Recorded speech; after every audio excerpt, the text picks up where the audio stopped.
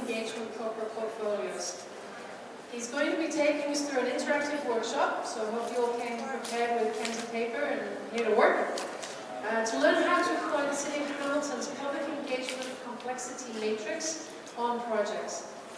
Public engagement projects, as we're all fully aware, involve a lot of risk, so it's important to understand the different factors involved in order for projects to be successful.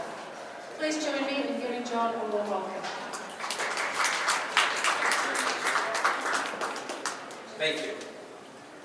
Good morning. This is quite snow. I wasn't expecting this amount of snow early in November, but here we are. So I want to say thanks for coming to this session. I want to start off by asking a question. Who here, this presentation will be talking a lot about public engagement. So I just wanted to know first, who has done any project here involving the public? By raise of hand. Because this is important. If you haven't done any project that will involve the public, you may find it useful a little bit, but if you've done one that involves the public, you will find it very, very useful. So I will share with you about what this workshop is all about. So the first thing that I want to talk about is the fact that public engagement is changing, and it's almost like I'm preaching to the converted. You guys know that things are changing in our community when it comes to public engagement. First of all, around government, an increase for demand for public input. This is something that we've been finding very increasing within our municipality as well. In the past, we've done different engagement, but now a lot of more residents, stakeholders are looking for more opportunities to be part of the public process. And so we have to also make sure our engagement is tailored around that as well. In terms of social media, that also has taken another life of its own. In the past, people do engagement online, whether around surveys, around whatever we're doing. When it comes to technology, this really supported that engagement process as well. So it's something that we're very aware of as well. And social media, which is also another way in the past. If the city doesn't do something right these days, you can easily hear it on social media very fast. So that's how fast it is. So that also helps us as a city. How do we do better public engagement with the public, and also finding a way to be responding to different thoughts and different feedback coming from the public. In terms of demographics, that also has changed the way we've been doing engagement and diversity and inclusion. In Hamilton, 1 out of every 4 Hamiltonians is born somewhere else. So it's always important for us to make sure we get that engagement right. Understanding cultural issues, sensitivity issues. But also when we're talking about inclusion, we're talking about different people with different needs. Whether someone that has accessibility needs, we need to make sure we're accommodating that as well. Or people that will have just different ways of inclusion. So as a city, we always have to work hard to make sure we're inclusive when it comes to engagement. Geography of Hamilton is also something that has been a little housing opportunity for us. We have a downtown core that is very urban. We also have large farmlands across Hamilton. So it's a big city. Whether from Flamborough to Waterdown all the way to Stony Creek or Glenbrook.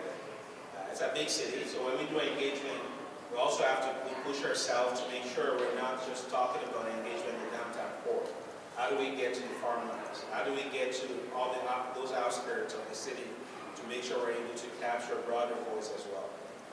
Business of the way life is busy is also another factor. In the past, when you run a public meeting at City Hall, folks would show up at times, but these days, life is just busy, isn't it? So for that reason, we have to always remember, my question is, where will your neighbors be, or where will your friends and family be?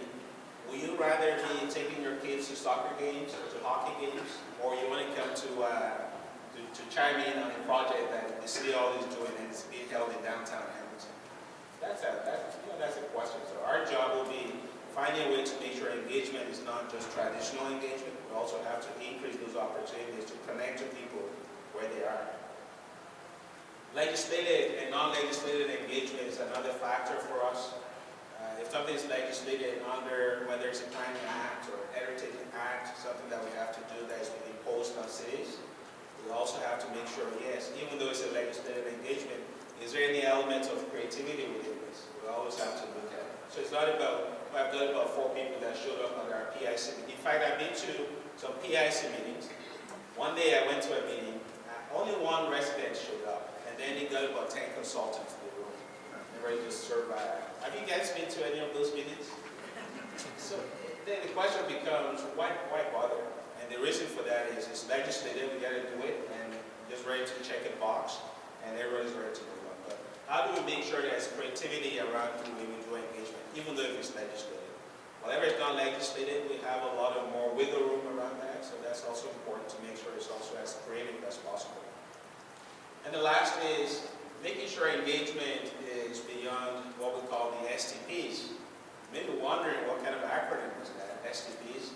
Those are the same 10 people that show up at public meetings, and we're making sure that engagement is broader than that. And because at the end of the day, I've seen some different engagement that we've done, as long as some activists or some little bit of angry residents, if you will, they are happy with what the project is all about. Often we're like, I guess everybody is happy with this, because those are the people that will be causing us a lot of grief. They're happy with it. But our job is to go beyond those same 10 people, to find a way to making sure the voice of that community is part of the way we're moving forward with our policy and different projects. So based on all of this, I just wanted to share with you quickly before we go to that workshop that Hamilton had what was called Vision 2020. That was our first community vision that was developed in 1992 and approved in 1992 by City Council. You know, this basically called that Vision 2020. You know, when we pick those numbers at times, you never know that year 2020 is coming, do you? It's Vision 2020. It's almost like, don't worry about it, it's a long time to come. Guess what? 2020 is next year, actually. So when this was done in 1992, called Vision 2020, about 5 years ago, City Council said, you know what, I think Hamilton of 1992 is different from Hamilton of today. So what do we need to now do more to build that new vision for our city? It's unique in Hamilton. I have the only other city I've seen doing something similar to this would be the city of Saskatoon and Saskatchewan. And the reason for that is every organization will develop a strategic plan. As part of that strategic plan, we do public engagement with it to inform what our organizational strategic plan should be. What Hamilton has done is a little different. We first created a community vision. So it's our vision for our city, that the city itself will adopt that vision, as well as now we have about 130 community organizations that have also adopted that vision. So as the city has adopted that to inform its own strategic plan, so are other organizations within the community. So every year, part of our job is we have some internal staff reporting on the strategic plan element. So part of our work at the city manager's office is also to report on that broader community vision. So that means we work along with partners and stakeholders from across the board to make sure we can be working together, capture a lot of our measures are at population level as opposed to organizational level. For example, one of the measures would be reducing poverty. So, to reduce poverty, we have a lot of stakeholders that will be part of that, not just City Hall. We have about 17 measures in total around that. This project became the largest public engagement ever done. In Hamilton, we engaged with about 55,000 residents and stakeholders. I remember during this engagement, it's a lot of engagement, but I remember we were setting up about 4 workshops, open houses, I should say, across about 4 different areas of Hamilton. Everything was set and ready to go until, as usual, I just woke up, emails just kept flying in early in the morning, so I knew this wasn't good. Why is my phone just keeps buzzing in the morning, early in the morning, something is not right. Turns out a resident has already emailed the city manager as well as all the councillors and the mayor about the folks leading this public engagement process. They don't seem to be too smart, do they? So Hamilton has about 15 wards, and you're doing an open houses in 4 areas of Hamilton. How about the rest? And just took one single email from one of the councillors saying, oh, what a great idea, let's do it. And so all of a sudden, from 4 open houses to 15 open houses overnight. And so we're all running around making this work. So at the end of the day, everything worked. It became the largest public engagement for us. And Hamiltonians have really pushed this forward to make that work. So we're very proud of that. Where the work sits within the city itself, I've talked about the difference between our strategic plan of our organization to the vision of our community. In Hamilton, you can see that blue area here is where our strategic plan is. It's a 10-year plan itself. And our vision is 25-year vision. So we've got about 130 organizations, including the city, implementing this as I speak. And then you can see how everything's working its way up from our performance measures within the city all the way to some of our multi-year business plans that are supported by this. So you can see how everything is all connected for us internally. And to make this work as well, we do have an implementation framework. I won't get into all those details. It just shows you the kind of work that we do at the city manager's office to make this work. I've got one of my colleagues here, Cindy Much, as well as also working with us on this to implement this whole strategy itself. Our future Hamilton, I've talked about that. We do have a community of practice for staff. We have some other ways of engaging with councillors, residents, stakeholders, and doing a lot of our reporting on this whole initiative. I'll just lastly tell you about 2 legacies that this project has created over time. One is every year we run the annual Our Future Hamilton Summit. It's been going on for 4 years. This has become one of the largest annual public engagement summits in the entire country. This actually was held last week in Hamilton. We have 500 residents and stakeholders that came to this. In fact, we had to shut down the registration very fast. When this started about 4 years ago, registrants, we had about 150 participants, and over the last 4 years, things have gone up. And now we have about 500 people. So the room is a packed house. We're talking about this time around, preparing today for the jobs of tomorrow. What jobs will look like in the next 10, 15 years. A lot of people want to know that.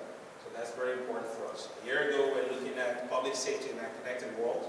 We got over 450 people out. We also looked at shaping democracy through a civic engagement. This is our key engagement platform for Hamilton. We're proud of making Hamilton the engagement capital of the country, if you don't mind. And then this is part of how we're pushing down the road to make sure we keep engaging with residents and using those voices of our residents to shape some of the way we do our work here at the city. The last legacy that I will tell you is about the fact that we do have 2 flourishing community of practice, if you will. The first is around public engagement. Now about 50 staff across the board, from planning to economic development to public works. We're all working together to think about how we work together even more. Turns out that I thought I was the only one that had that problem. One time we were having a meeting, I'll be looking for, where do I find easels? There's something with me and easels, I can't figure it out. I don't know, we wouldn't know who has this. It turns out a lot of people have all these resources somewhere. We're not all connected, we're not speaking to each other. Or you run to another meeting somewhere, another part of town, another person is coming to the same meeting, or a person just met with a resident. They're like, John just met with us, so what is this all about? So somehow we're not connected. We're all not working together. And Hamilton has a staff of 8,000, and so it's important for us to make sure all those public-facing elements around our engagement that we're all working together on that. So you can see to your left how we pull that together. We have now a 4-year strategy around public engagement, and then we've got about 5 key priorities that we're focusing on in the next couple of years. We also have a project management community of practice, which is also another practice that I've been fortunate to be leading along with the public engagement one. Dog K's dog is at the back over there. You can see him here. And when I saw this photo, the first thing that came to my mind was, I just don't know who is, some of our staff taking the photos. They put 2 guys with shiny head just at the top of the table. That was the one that I wasn't really happy about. Everything else I'm happy with. So it's been a great engagement with this. We're looking at what does our public project management framework will look like. A lot of folks have PMPs, a lot don't have.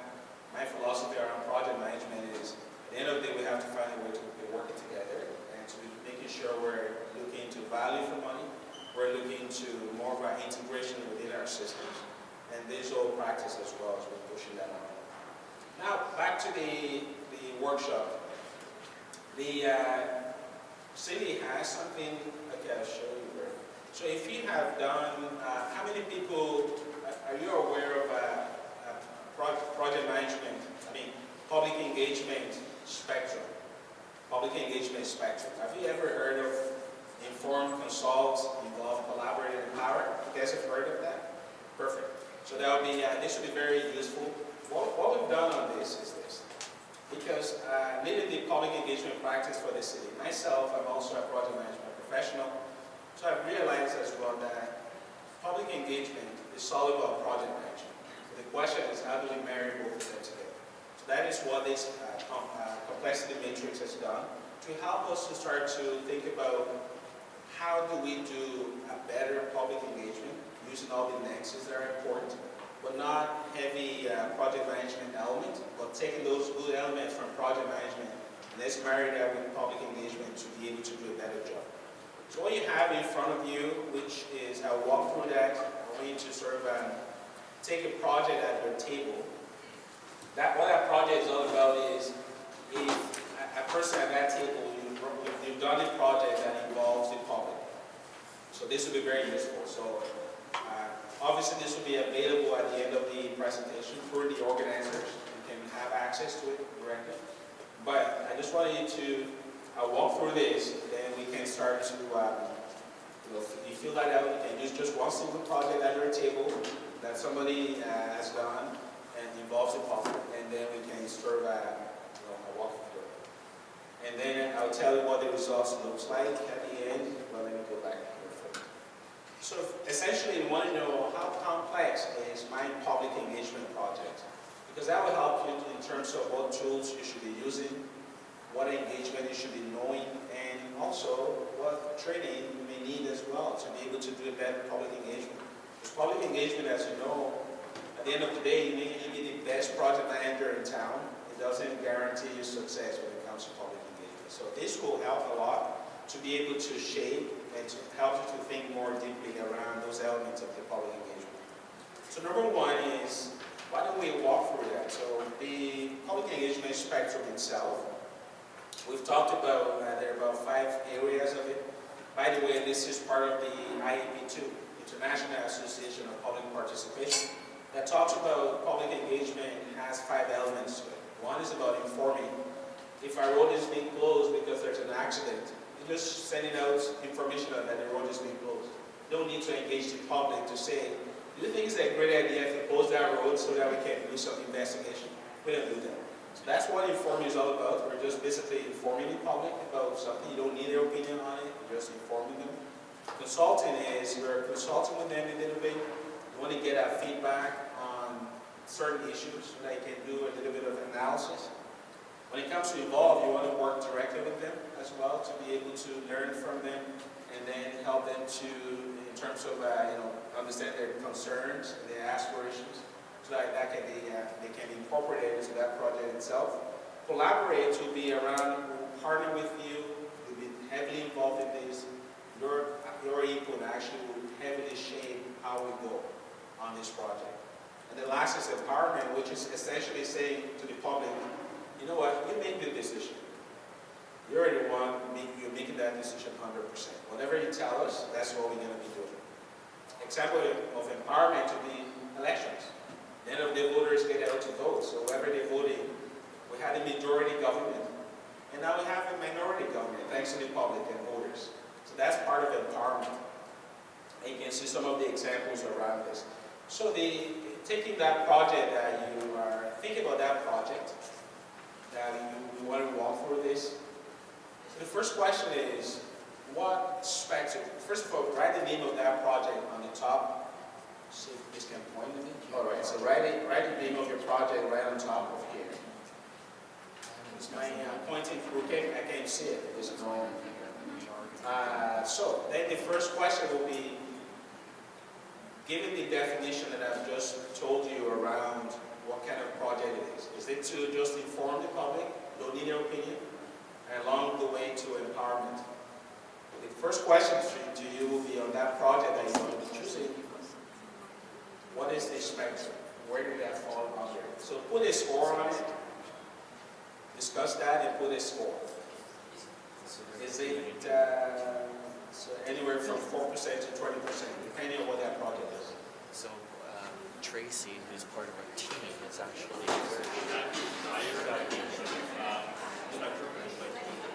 Yes, the project was happening. there. She is. Sorry, so think about that project. So there's a consultation. There's two options.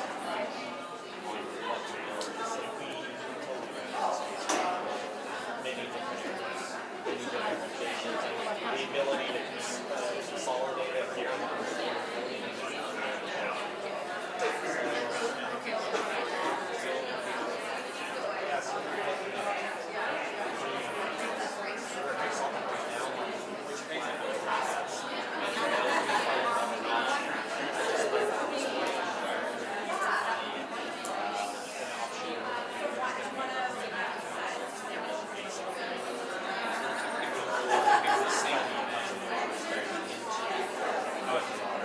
So then, based on what you know about, going forward, what would you say, like the public will decide, this is the model, here are two options, this is the So option. is everyone, have we filled out the score for number one? Accommodate that, or is that Not just yet. practical? When you fill out your score, let me know so we can get to the next one. We're not doing our Empower maybe a little. okay, so collaborate. Yeah. We're gonna go to that The level. reason why we're going to empower them is collaborate with them is because what are we going to do with the old facility option? We're going to build a brand new building. Okay. Where all of the old town hall are going to move to the new building. Yeah. And then we still have the old town hall. And then basically now that's been recommended to do. Now the city is collaborating and involve the public on what do they want to use that space for. Okay. So far, so would you say that it was involved in them, or We're going to involve and collaborate with them because we're going to have them decide on how they want to achieve that public space so that they will feel okay, but who's going to make the final decision? Because that's the difference, I guess, between collaboration and empowerment. Collaboration is you're going to have workshops, focus groups, they're going to be heavily involved in the recommendations, but they're not going to make the final decision. Everybody's got a So score. it sounds like a collaboration There's exercise. a little Everybody's got a score on that. where it will be Perfect. the public on what they want. Space will be right so that the larger Okay, so somebody says that they want to have a outdoor center in this building. Would that be accommodated to commercial use of public spaces? Would council override that, or they say, so like, okay, we've got a large group of there's some spaces that are all public spaces in the That's what I think. I've got to talk to Tracy about. That's okay, so it's an exercise. Do you want to go with collaboration then? Okay, so we want to split up 16 times 20, so 3.2. Everybody's score already?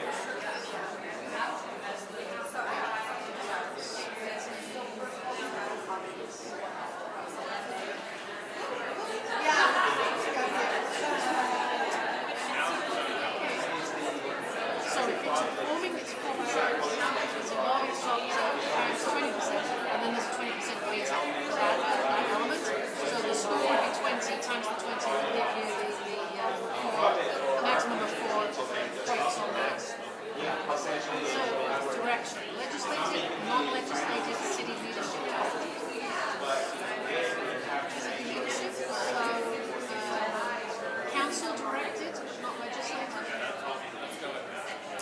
Legislative is coming from Queen's Park or Ottawa. Council, by council direction, they provided direction to say, yeah, this happened. Or is this coming from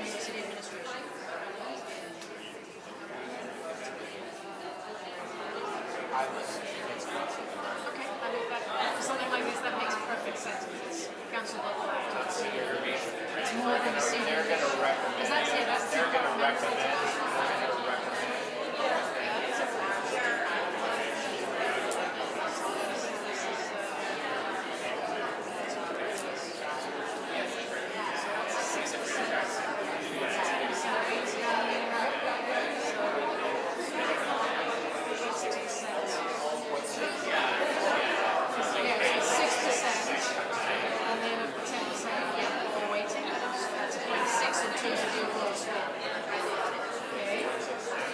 Public engagement time frame. 9 a year? Within a year? Okay, so 9 to 12 months.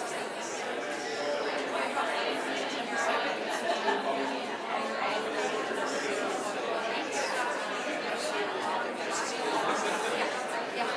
We're actually using something similar right now to determine project prioritization and selection. So Project prioritization. So we got to move to the next one. If we can get more questions, then I'll do a presentation on that in the future event. So the methodology is going to Yeah. So it's no longer as like I want this project, it's really justify this project and here's the scope So the next in terms of value next add. one. That's awesome. So let's get to the next Budget. question. So operating budget. So the next one is about, So this is for this ads, project promos, workshop. legislated or non-legislated? And is it also directed by the city? So I've explained already what legislated engagement is. So if you've got no specific direction around this, This is for the that would be engagement about exercise. 2%. My If this is sort of our senior leadership team, is the SLT, or is the project itself is coming from the departments or divisional direction. You got 4% for that if it's about directed by city council, but it's not legislated, that will be 6%. And if it's legislated, but it's not city council directed, then you get 8% on that. But if it's legislated, at the same time it's also directed by council, you get 10%. Everybody got it? So let's score that piece of it. And then next is, what's the time frame for that project itself, for the public engagement piece of it? Remember, we're talking about public engagement.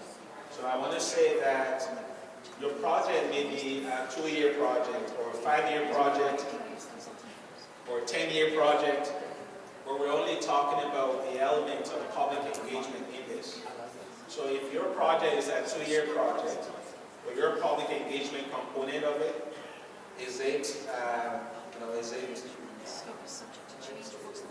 right, so is it sort of, what's the timeline for that particular public engagement piece of it? So you score that as well. And then the next would be in terms of the operating budget related to public engagement. So your project will be, say $200,000 project, $500,000 project. But the piece we're talking about here is the public engagement component of it. So we're not talking about, I got to hire a staff person or an hiring consultant.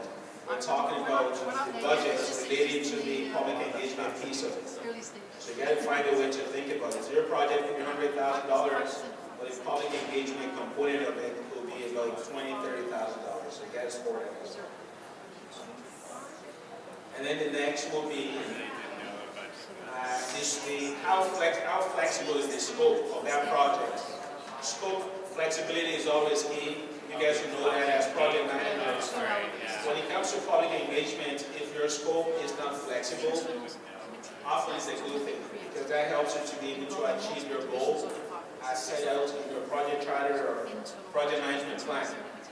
But if your scope is flexible, like I just told you overnight, how our open houses that we're planning to do turn from 4 to 15 very fast. So obviously that will have impact on our timeline and everything else. So then you can also score that part as well in terms of your scope flexibility. If it's flexible, you got to score that 5%, and then if it's not flexible, if it's fixed, just score that 0.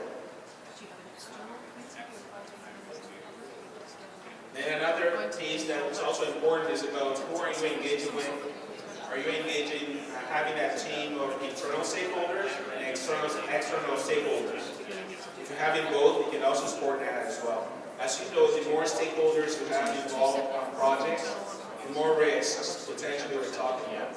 Particularly when it comes to public engagement, because you're dealing with people in the public or any community that you have to really engage with and really understand it.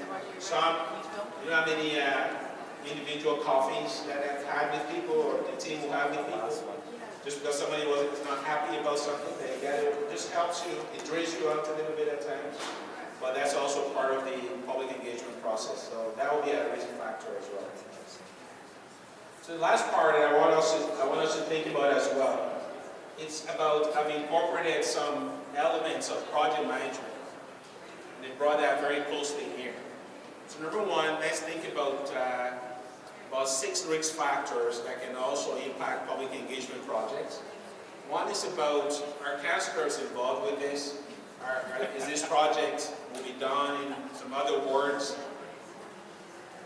That's a very good question. You guys know when councillors are involved in a project, that gets a little exciting, doesn't it?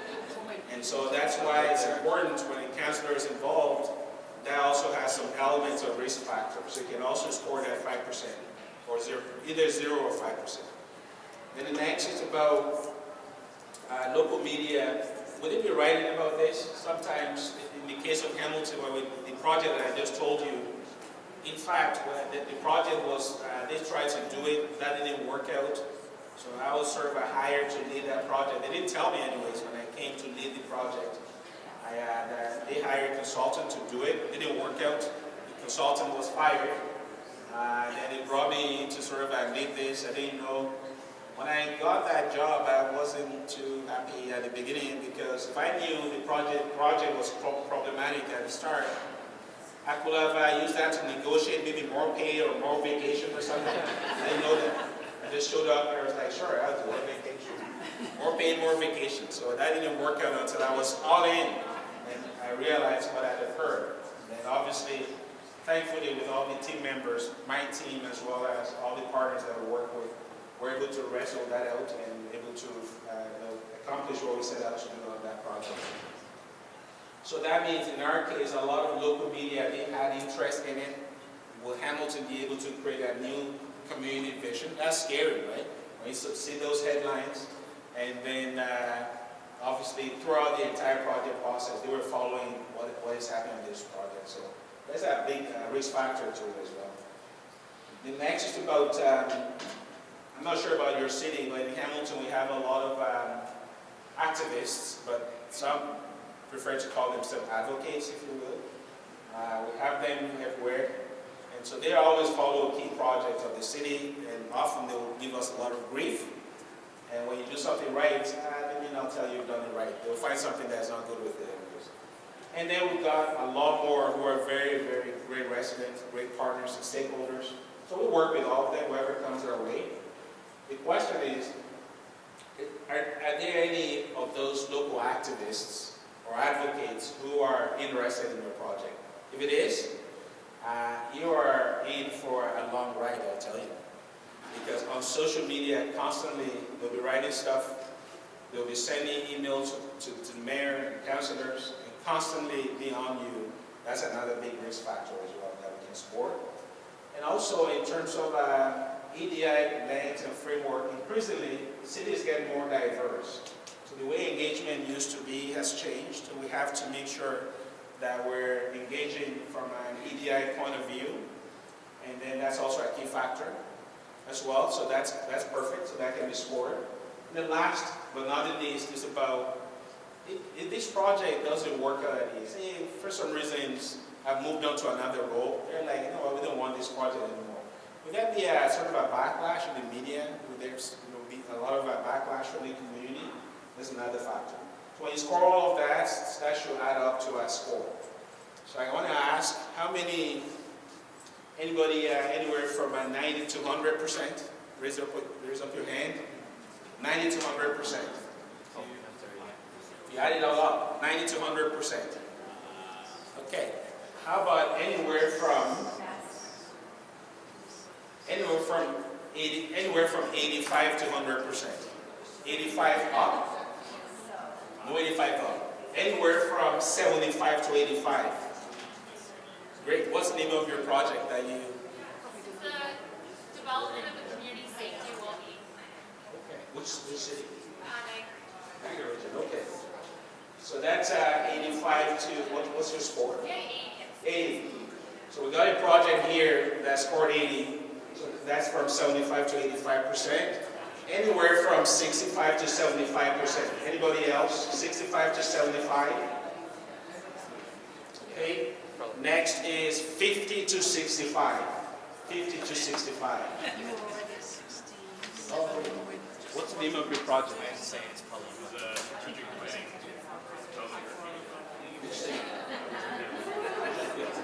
So Tracy's picking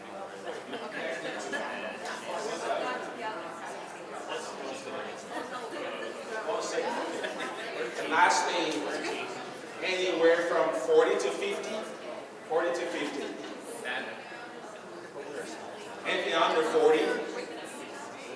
Yeah, so that gives you a sense of what it's all about in terms of complexity. So part of what we're not going to be able to do today because of time. So we do have different ways at the city that we look at different engagement tools to support whatever complexity. You can see what we've got over here is any project that is under 50 is a normal project, public engagement project, I should say, all the way to extremely complex. So we're putting different tools around here to support what that particular support mechanism would look like for that project.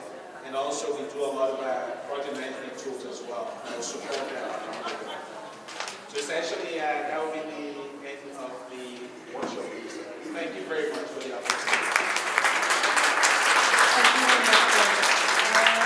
Okay, I know we're standing between you and lunch. That's awesome. We've got time for 2 questions. If anybody has anything they'd like to ask John. Lucy? Are these tools going to be shared online? The tool's going to be shared online. Yeah. You guys have it already. Like as an active Excel spreadsheet, I'm assuming it's. Absolutely. Absolutely. And any other questions? Thank you. Okay, I have one question, John. Refining and tuning this model, how many projects have you actually used this against? And are you finding that you have to make adjustments in some of your weighting scoring? Yeah, so we, like I told you, we have a public engagement practice involving about 50 staff. So we've done this with them. They've gone through exactly what we've done here. They've done that through it. And so we're making some, we're not making changes to this. Everything looks great here. It works for them. What we're making changes to moving forward will be, people talk about this scoring 50 to 65. Why is this like 15 and it jumps to about 10 here? We're looking into what that would look like moving forward. And also lastly, around what tools will be supporting what complexity. So we're working on that as well from a practice point of view. Thank you. All right, no more questions then. Lunch is being served in the Hamilton room back down on the first floor. And there is a keynote presentation across the lunch hour. So scoot on down there and make sure you don't miss the next presentation. Thanks everyone.